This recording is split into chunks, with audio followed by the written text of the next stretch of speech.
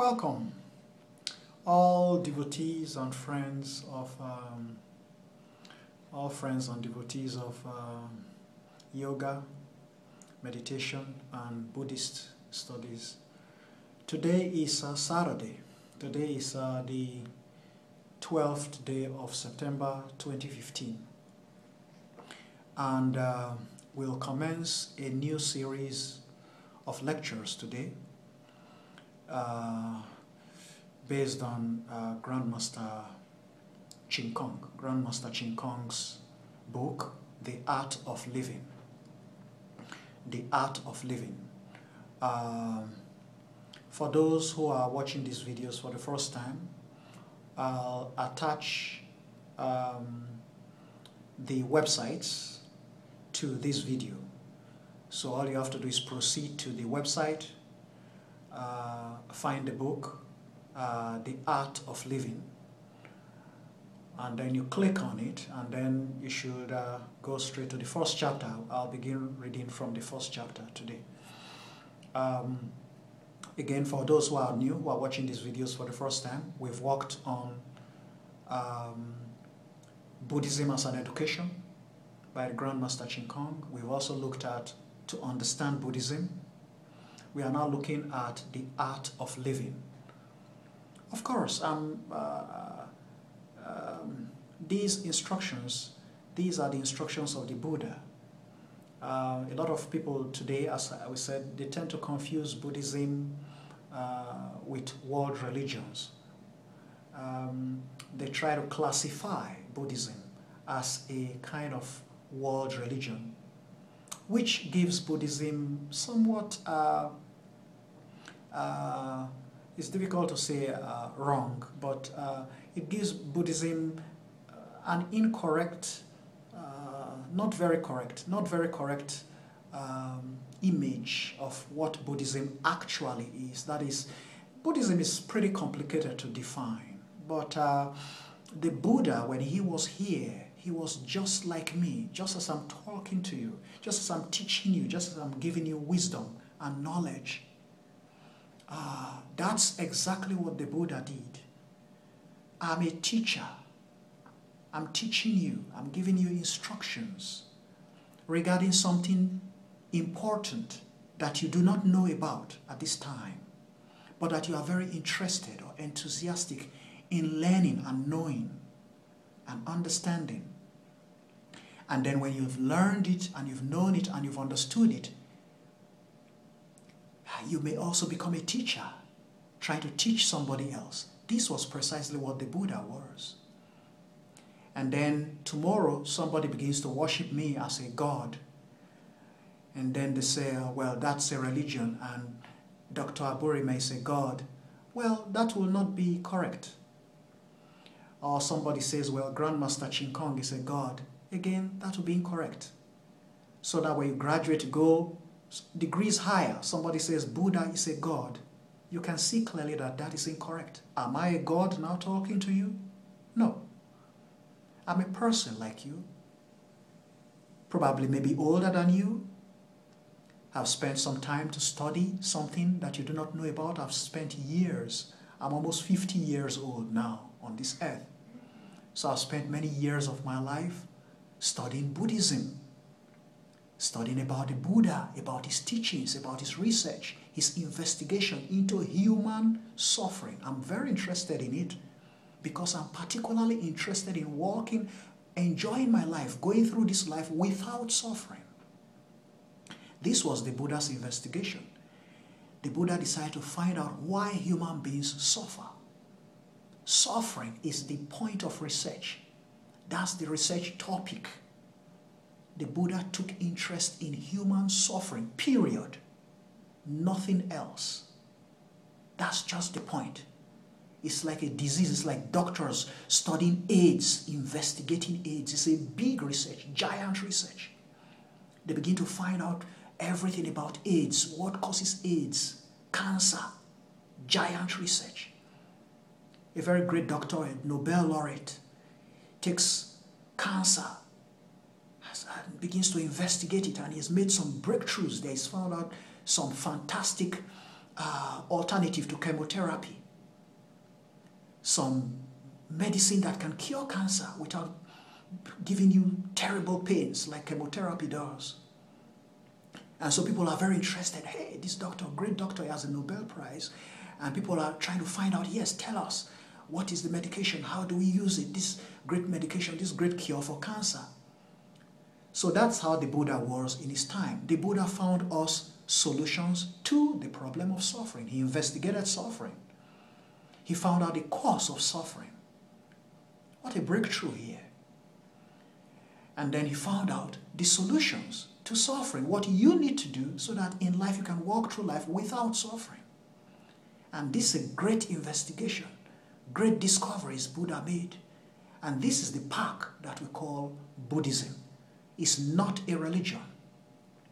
I call it a universal institution of special learning. Universal institution of special learning. That's my definition of Buddhism. So it's not a religion, it's not something devotion where people come to worship God and they fear God and, oh, sinners and sinful people, and they come together worshiping God for favors and fearing the wrath of God.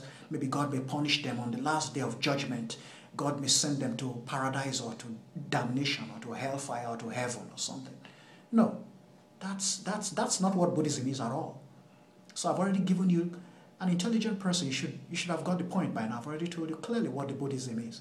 Buddhism is like a specialized research. It's like an institute for the study of cancer, where a very great doctor has made a breakthrough and at last has found a cure for cancer and has decided to set up institutes worldwide to teach human beings about the cure for cancer. He just discovered that you don't even need medication. You just needed to avoid A, B, and C. You need to wash your hands before eating. There are certain viruses that hang around the place. There are certain things you just needed to do 1, 2, 3 procedures, 1, 2, and 3 every blessed day of your life. Avoid A, B, and C. So this doctor sets up institutes and begins to teach people.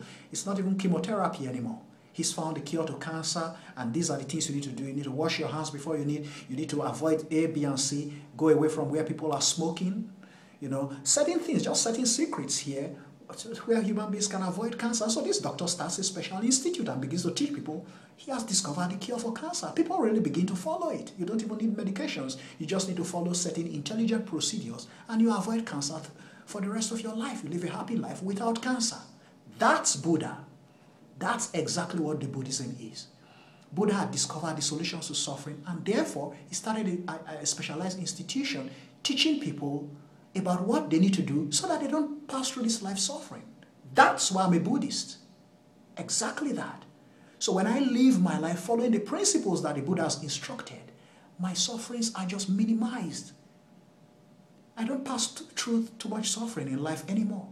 Absolute truth, I'm declaring to you, the student. And when you begin to practice the same principles, you will soon begin to teach others and say, yes, before I started learning about Buddhism, yes, my sufferings were great. When I started learning Buddhism and I started taking the principles seriously and trying to practice, it just reduces your sufferings in life. So that's why we practice. I'm commencing the third lecture series, book of Grandmaster Ching Kong called The Art of Living. He's going to teach you about living now. Part 1, Chapter 1, The Education of Buddha Shakyamuni, our original teacher. Education, in quote, the field of study concerned with teaching and learning. Education is defined as the field of study concerned with teaching and learning. This definition is drawn from the American Heritage Dictionary. Buddhism is an education about our living environment and us. The Buddha teaches us to recognize ourselves, our thoughts, speech, and actions, and the consequences they evoke. Most importantly, the Buddha wants us to restore our original and complete wisdom. He teaches that everyone possesses the ability to attain complete understanding of life and the universe. And it is only because of delusion that we are unable to realize it. We are blinded by discrimination, wandering thoughts and attachments, and forget the original pure mind of our self-nature. In this way, we have caused ourselves much unneeded suffering. We have caused ourselves much unneeded suffering. You really need to read this book. It's attached to this video. So just go straight to that website, click on it, and you begin to read. The Buddha also teaches us to view our environment clearly. Environment refers to the people, matters, and objects we come across every day. When our hearts are free from discriminatory thoughts and attachments, we will be able to view everything clearly and deal with them appropriately. Thus, we can live in harmony with others and succeed in all our endeavors. What did the Buddha mean when he taught us to cultivate? His intent was mainly to rid us of our delusions and attachments.